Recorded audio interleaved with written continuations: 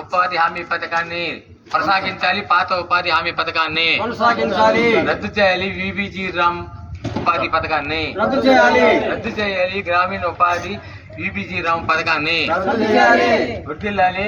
వ్యవసాయ కార్మిక సంఘం వర్ధిల్లాలి. వ్యవసాయ కార్మిక సంఘం వర్ధిల్లాలి. వ్యవసాయ కార్మిక సంఘం. వీరారెడ్డి సిపిఐ జిల్లా కార్యవర్గ సభ్యుడిని.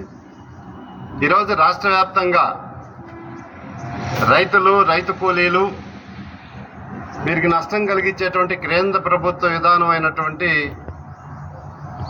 జీరామ్జీ చట్టాన్ని రద్దు చేయాలని, మహాత్మా గాంధీ జాతీయ గ్రామీణ ఉపాధి హామీ పథకాన్ని కొనసాగించాలని, గతంలో లాగా నిధుల్ని కేటాయించి ఈ చట్టాన్ని పకడ్బందీగా అమలు చేయాలని, సంవత్సరానికి 200 రోజుల పని దినాలు కనిపించి రోజుకు 600 రూపాయల వేతనం లభ్యమయ్యేటట్టుగా ఈ చట్టాన్ని కొనసాగించాలని చెప్పి కోరుతూ ఈరోజు రాష్ట్ర వ్యాప్తంగా ఏపీఓ కార్యాలయాల దగ్గర నిరసన కార్యక్రమాలు జరుగుతూ ఉన్నాయి. దాంట్లో భాగంగానే ఈరోజు టంగుటూరులో ఈ నిరసన కార్యక్రమం జరుగుతూ ఉంది.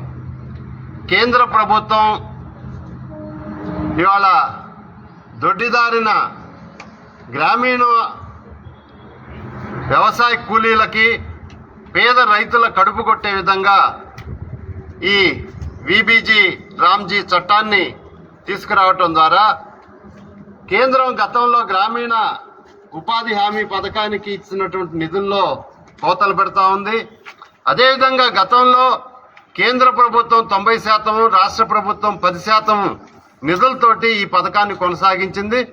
ఇప్పుడు ఈ నూతన చట్టం ద్వారా కేంద్ర ప్రభుత్వం 60%, రాష్ట్ర ప్రభుత్వం 40% బరాయించాలని చెప్పి రాష్ట్ర ప్రభుత్వాల మీద భారం వేస్తూ ఉంది. గతంలో 10% కట్టలేనటువంటి రాష్ట్ర ప్రభుత్వాలు ఇవాళ 40% ఏ విధంగా దీంట్లో జమ చేస్తుంది, ఈ పథకం ఏ విధంగా అమలు చేస్తుందని చెప్పి ప్రశ్నార్థకం అయ్యేటువంటి పరిస్థితులు వాళ్ళు దాపురిస్తూ ఉన్నాయి. అది కాకుండా రోజువారీ కూలీ వేతనాలు పెంచుతామని చెప్తా ఉన్నారు. గతంలో 100 రోజులు పని దినాలు కల్పిస్తే ఇప్పుడు 125 రోజులు పని కల్పిస్తామని చెప్తున్నారు. గతంలో 100 రోజులకే దిక్కు లేకపోతే ఇప్పుడు 125 రోజులు అనేది బూటకపు మాటలు చెప్తా ఉంది కేంద్ర ప్రభుత్వం, నరేంద్ర మోడీ ప్రభుత్వం.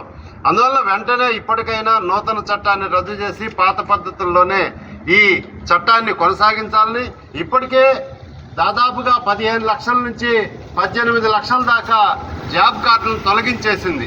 అంటే కూలీలను తగ్గించి మేము 125 పని దినాలు కల్పిస్తామంటే ఎవరికి నువ్వు కల్పిస్తా ఉన్నావు? ఈ పథకంలో గతంలో మాన్యువల్గా చేసే పనులకి ఎక్కువగా ఉపయోగించేవాళ్ళు.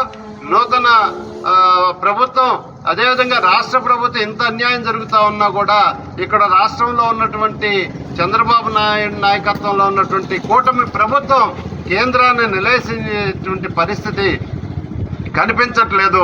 అందువల్ల ఇప్పటికైనా రాష్ట్ర ప్రభుత్వం కేంద్ర ప్రభుత్వం మీద ఒత్తిడి తీసుకొచ్చి ఈ నూతన చట్టాన్ని రద్దు చేయాలని, అదేవిధంగా 40% గ్రాంట్ కాకుండా పాత పద్ధతుల్లోనే 10% గ్రాంట్ తోటే ఈ పథకాన్ని కొనసాగించాలని చెప్పి మేము డిమాండ్ చేస్తా ఉన్నాం.